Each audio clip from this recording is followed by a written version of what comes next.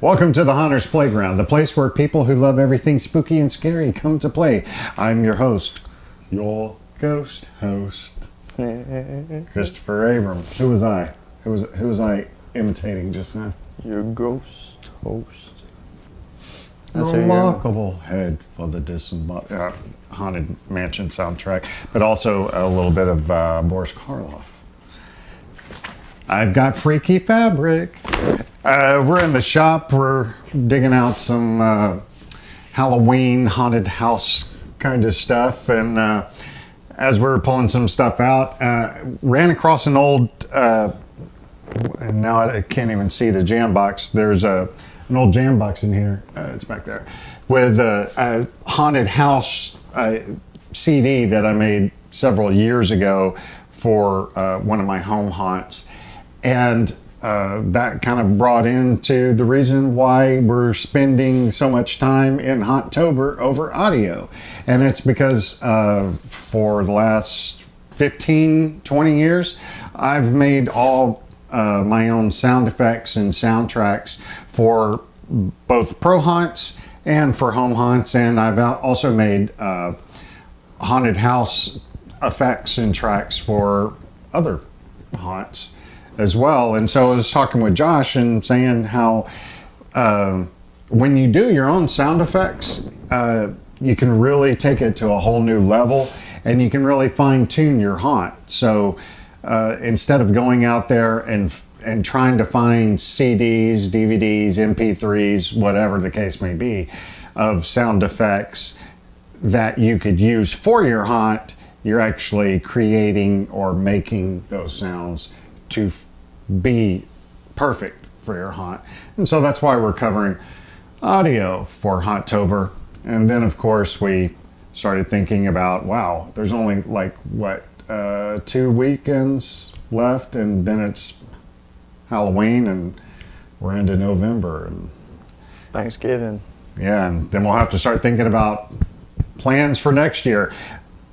Only because we're not making our own haunted house this year. We're trying to take the show to a new level.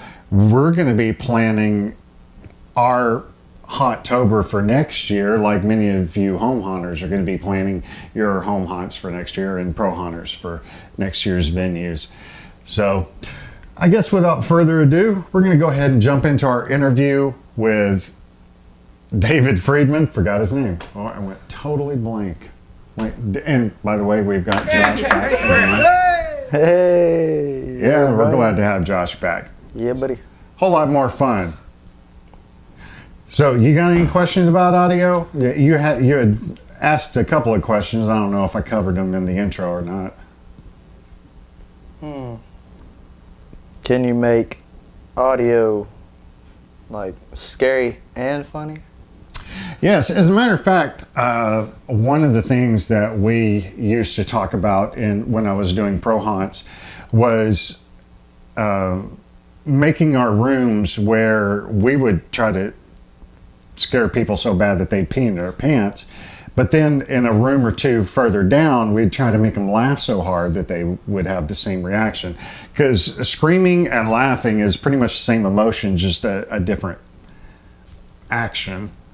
So yeah, you can actually have some sound effects that can scare people, and then by manipulating a few things, it can make it funny. Some of those are what are called juxtaposition, where you change the meaning of something that could then be funny. So, trying to think of something off the top of my head, if you like the song Jeepers Creepers, where'd you get those peepers? It was used a lot in the song Jeepers Creepers, but it's a vintage, a classic kind of Halloween song.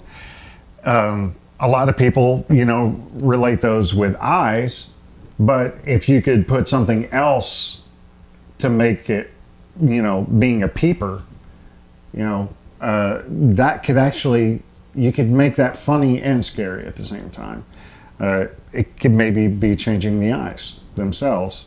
making him huge, you know, very cartoonish. Like when I made this guy, his eyes actually looked very realistic, but when I went to make him waterproof, I didn't realize that I didn't have, I hadn't clear coated all of the areas that I had worked on, so all the paints ran. So now instead of looking realistic, he looks very cartoonish. That, and I bought these new hands and they don't match his color skin at all. So that to me is kind of comical, but for most people that would just be a bad faux pas that you wouldn't want to do. Yeah. But because it's Haunttober, and also because we are in the glide path of an Air Force base, we're going to go ahead and get into our interview with David S. Friedman, and talking with Josh earlier, we're going to go ahead and wrap up David's interview today so we can spend the last 2 weeks of Haunttober giving y'all tips and tricks on audio so you can get your haunts to perfection. So here's David.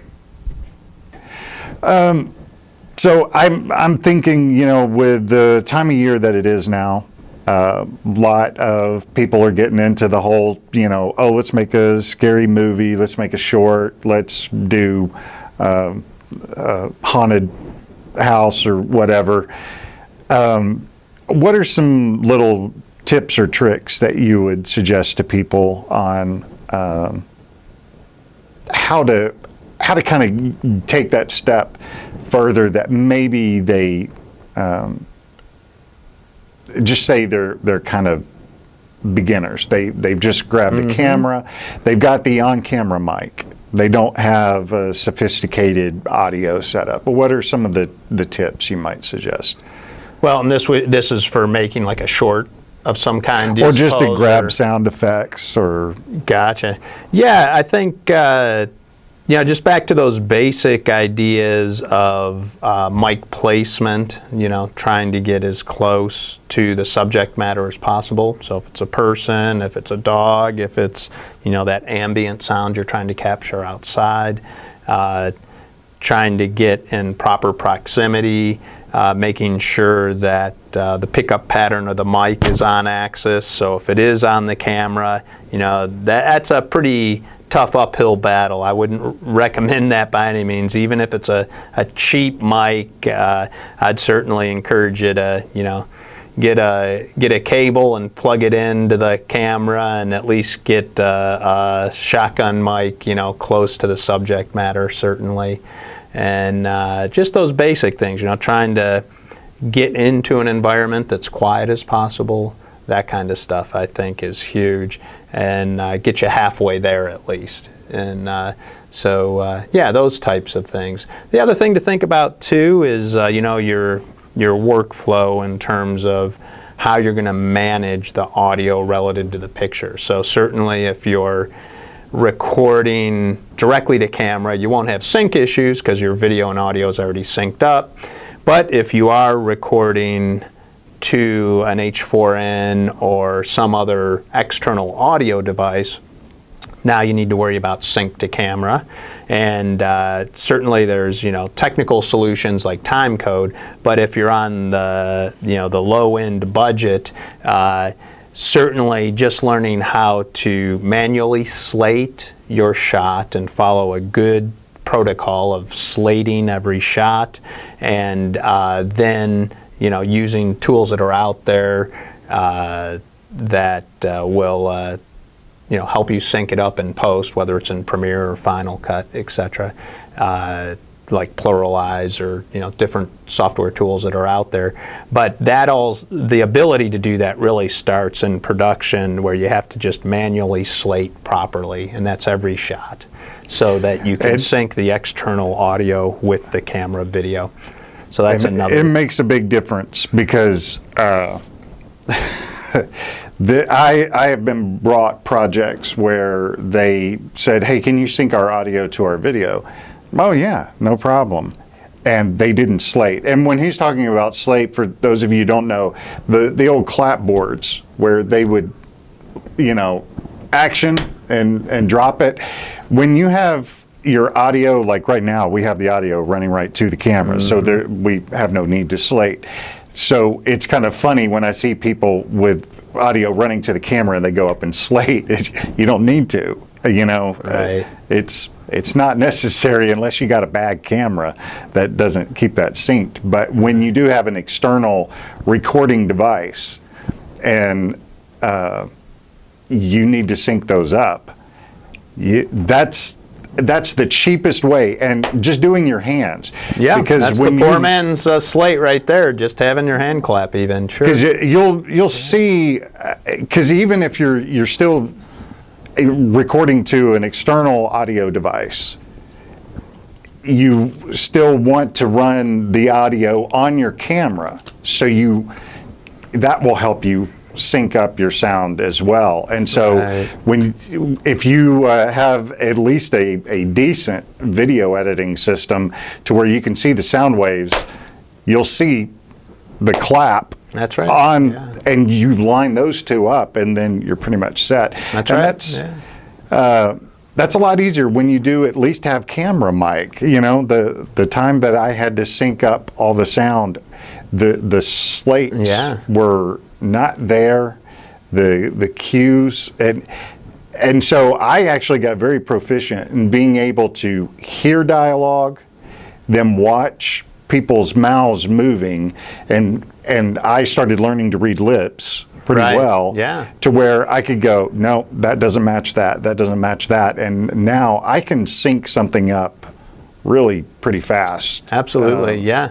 But that is an expensive proposition, though. Again, you know, it may not be financially expensive if you're doing it yourself, but it's expensive in terms of time, certainly, to go through the process of conforming or reconforming audio to video because it's out of sync. And yeah, so it's just simply easier to do it right when you're in the production phase, or pay for it in post-production is the alternative, where you have to manually sync things up. And yeah, that's it's doable. It's just takes a lot more time. Absolutely. And speaking of time, I think we've used up enough of David's time. Thank you. Thank you, Chris. Appreciate it. Great interview. So we're going to head back to our studios, and now I'm going to give you some different websites that you can go to where you can get, they have free libraries of sound effects that you can download, and also some websites where you can download free audio programs to edit those sound effects. It almost looks like one of those hats from Big Trouble in Little China with the Asian guys. Okay, so that was our interview with David Friedman. We're still toying around in the shop. Mostly because we're using up all the outlets to light up everything so you can see us on camera, and we can't operate any tools because where the cameras and lights are, it's taking up all the space. So we're just kind of trapped in here. But that will conclude David's interview. And as you saw at the end, I'm going to list right down here in the bottom, and I might even go as far as putting links below, so you can just click on a couple of the sites that have the editors that you can download. And I've run through these now. I use all professional programs. I use Adobe-based software, so I always get the Adobe Premium production package. And with that, in the older versions you get Sound Booth, and the newer versions you get Audition. They are numerous levels above what these free programs are that I'm giving you all links to. But the thing is, you can still edit with them, and you can do multi-layering. So that means you can add sound effect on top of sound effect and if you watch interviews with sound effects people, they'll tell you that one sound that you hear in the theater is actually comprised of, you know, sometimes dozens of sounds. And so don't think, you know, oh, okay, well, I've got this creaky old chair, and you go and you record a creaky old chair, and it's like, it just doesn't sound creepy. It might be because you need to add other sounds, and that's where you can experiment. You may not get everything done for this year because we did it so late. Next year we'll hit a lot of these things a whole lot sooner, I guess. But at least if you get started on it in the in the time that you have left, or at least prepare for next year in the off season to start working on some of those sounds. Doing sound design and stuff is, man, it's a skill, and I've been doing it over 20 years with amusements and all sorts of stuff, and I can still spend a week on just trying to get a couple of sounds to be really good. But the thing is, when you get it dead on, when you get that absolute perfect sound and you created it, it just means a whole lot more. And so hopefully the links below will be to the sound editors, and then there's some other places that will tell you where you can get free sound effects. What's better than free? Nothing. Getting paid. Yeah. Getting paid. Unlike our unpaid intern. So that's going to conclude this week's episode of the Haunter's Playground. Any questions? All right. Can you make me sound like the Allstate guy? No.